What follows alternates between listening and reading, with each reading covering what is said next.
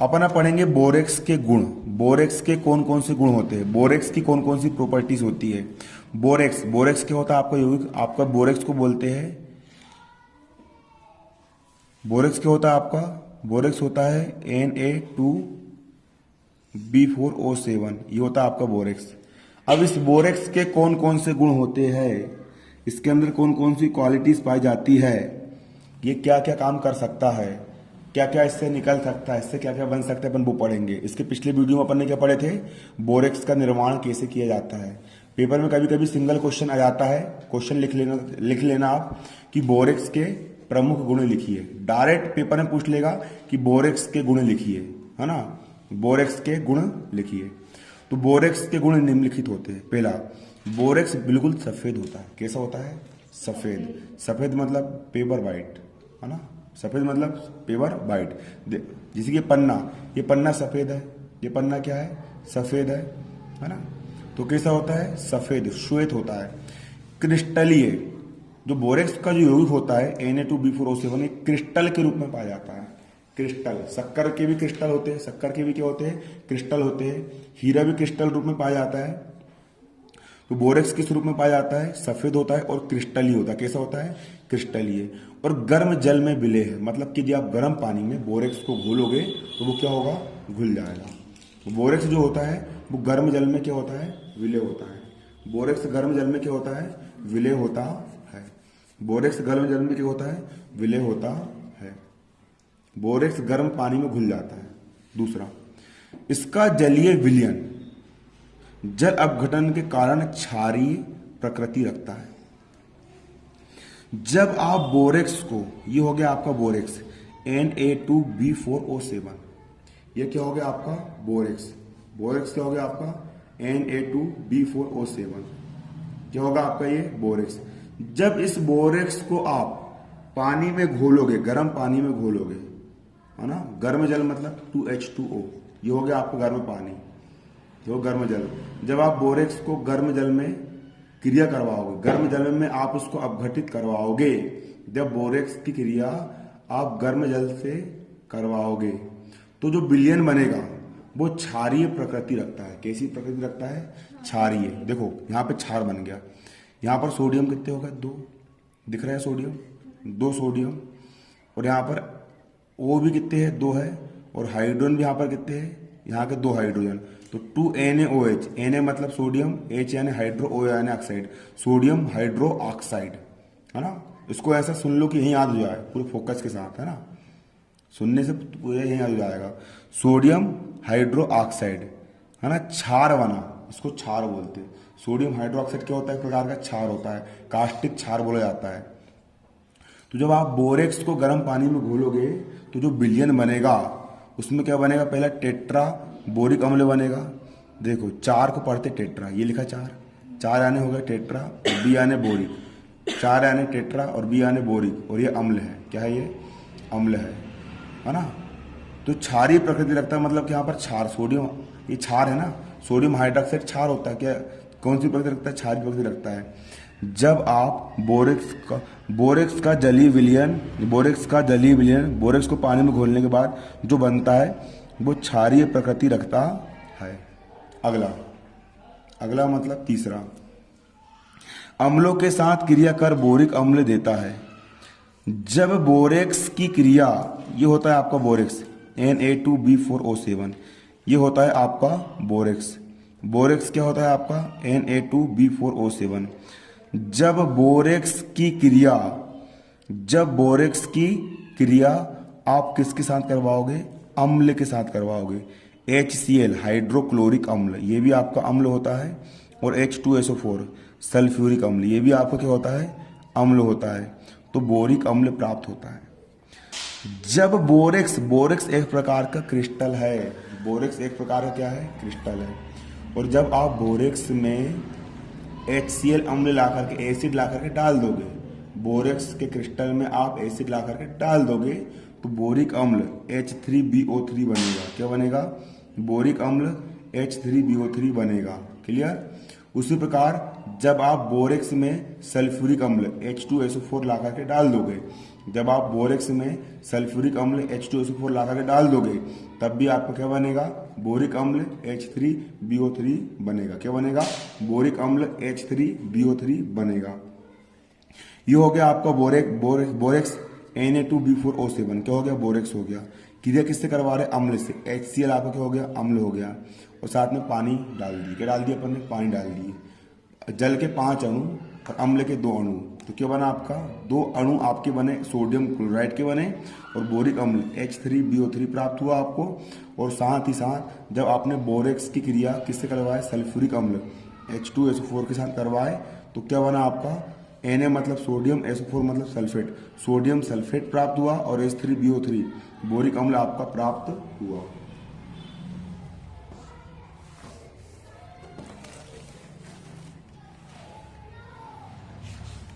अगला चौथा देखिए, चौथा NaOH। Na मतलब sodium, HNA hydro ONA oxide.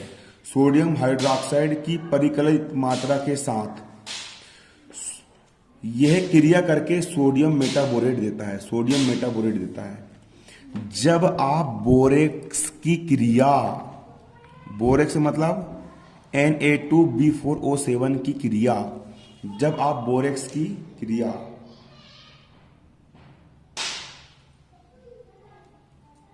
कहाँ ध्यान है तुम लोग को, यहां पे समझो, तुम्हारी बुक बंद कर लो, सब लोग करो बुक बंद, और यहां पे देखो, इससे समझो, बंद करो। क्या बोल रहे, पूरा बंद करो, बंद मतलब बंद, यहां समझो, फोकस यहां पे रखो, ठीक। जब बोरेक्स की क्रिया, ये हो गया बोरेक्स Na2B4O7, ये क्या हो गया तुम्हारा, बोरेक्स हो गया बोरेक्स। जब बोरेक्स की क्रिया किसके साथ करवा रहे हो तुम, क्षार NaOH के साथ करवा रहे हो, सोडियम हाइड्रो ऑक्साइड, क्षार के साथ करवाते हो। जब बोरेक्स की क्रिया क्षार के साथ करवाई जाती है, तो sodium metaborate, sodium metaborate NaBO2, नाम याद कर लो, इसको बनाने की विधि अपन पढ़ेंगे, तो ये होती विधि। जब बोरेक्स अम्ल की क्रिया, है ना, ये 2 2 3 3 आंसर है इसके, है ना। जब बोरेक्स की क्रिया सोडियम हाइड्रो ऑक्साइड से करवाई जाती है, तो सोडियम मेटाबोरेट प्राप्त होता है। क्या प्राप्त होता है, सोडियम मेटाबोरेट प्राप्त होता है, NaBO2, सोडियम मेटाबोरेट प्राप्त होता है। दिख रहा है सबको, क्या प्राप्त होता है ना, सोडियम मेटाबोरेट प्राप्त होता है। जब बोरेक्स की क्रिया क्षार NaOH से करवाई जाती है, तो सोडियम मेटाबोरेट प्राप्त होता है, NaBO2, सोडियम मेटाबोरेट प्राप्त होता है, और साथ में जल बनता है। क्या बनता है, जल बनता है ना। यार पॉइंट रहने दो, थोड़ा बड़ा है ना, इसके स्थान पे यार लिख देना, ऊष्मा का प्रभाव, सरल पड़ेगा तुम लोग को। ऊष्मा का प्रभाव, ऊष्मा मतलब गर्म करना। जब आप बोरेक्स को, ये हो गया आपका बोरेक्स Na2B4O7 इंटू 10H2O, जब आप बोरेक्स को गर्म करोगे, तो गर्म करने पर यह पारदर्शक कांच के समान मन का बनाता है। मन का मतलब लोकेट, लोकेट में मन का लगा होता है ना, आकर्षक वाला मन का, वो मन का बनता है, एक बीड बनती है, मन का बनता है। ये हो गया, आपने इसको जैसे गर्म करे, तो जैसे गर्म कर रहे हैं मतलब डेल आपने गर्म करे, उसमें दिए यहाँ के जल के 10 अणु के हो जाएंगे, उड़ के गायब हो जाएंगे। सिर्फ कितना बचा आपका, Na2B4O7 बचा। उसको आपने और गर्म करे आपने उसको, तो इसमें टूट गया। क्या में टूट गया, ये NaBO2 सोडियम मेटाबोरेट और B2O3, ये दोनों मिलकर के क्या बना, आपकी पारदर्शक बीड, जिसके आर पार देख सकते हैं। बहुत सुंदर रहता है ये, है ना, पारदर्शक बीड रहता है। ऊष्मा का प्रभाव, है ना। अब अगला यहाँ पर हम देखेंगे बोरेक्स के उपयोग क्या क्या होते हैं, है ना। पेपर में क्वेश्चन आता है बोरेक्स के उपयोग लिखिए, बोरेक्स के क्या लिखिए, उपयोग लिखिए, बोरेक्स के उपयोग लिखिए। तो पहला, टाँका लगाने में गालक के रूप में। 2 धातु है, एक धातु ये हो गई, दूसरी धातु ये हो गई, इन दोनों को हमको जोड़ना है। तो यहाँ पर ये लिया अपन ने, 2 धातु को अपन ने पास में, जैसे एक धातु ये, दोनों को अपन ने जोड़ दिए। और जोड़ने के लिए किस का उपयोग करते हैं, बोरेक्स का। वो बोरेक्स अच्छा गर्म करे, अपन ने बीच में लगा दिए, अपने टाँका लगा दिए। टाँका लगाने के लिए गालक के रूप में ये इतनी अधिक मात्रा में उसमें उत्पन्न कर देगा बोरेक्स कि धातु गला देगा और दोनों धातु आपस में क्या हो जाएगी, जुड़ जाएगी। टाँका लगाने में गालक के रूप में। दूसरा औषधि है साबुन बनाने में, है ना। औषधि मतलब चर्म रोग होते हैं, चमड़ी में कहीं कहीं पर जिसको बहुत सारे रोग होते हैं, उनके लिए कौन सी साबुन बनती है, औषधीय साबुन बनती है ना, है ना। औषधि साबुन बनाने में। अगला ऊष्मा से कांच बनाने में, ऐसी कांच बनाने में जिसको अपन कितने गर्म कर दो चटकेगी नहीं, वो ऊष्मा को सहन करने वाली कांच बनाने में। अगला मृदा उद्योग में, मिट्टी में भी बहुत सारे बोरेक्स के तत्व मिलाए जाते हैं, है ना। अगला क्या होता है, पर ऑक्सो बोरेट बनाने में, अच्छे डिटर्जेंट का अवयव, डिटर्जेंट मतलब जिससे कपड़े धुले जाते हैं, पर ऑक्सो बोरेट बनाने में, है ना, इसका उपयोग किया जाता है। अब बोरेक्स की संरचना, ये चित्र आपको बनाना है, ये चित्र बिल्कुल बनाना है। गाइड दिखाओ, गाइड में आपको सरल चित्र दिख जाएगा इसका। ये चित्र गाइड से बनाओगे तो सरल पड़ेगा आप लोग को।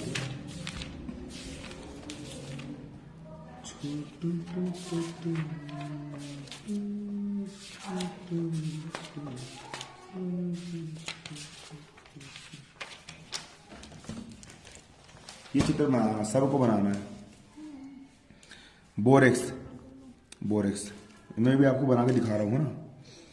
सब चित्र, कापी दिखाओ एक, और एक ब्लैक पेन दिखाओ, वाइट कॉपी ब्लैक पेन।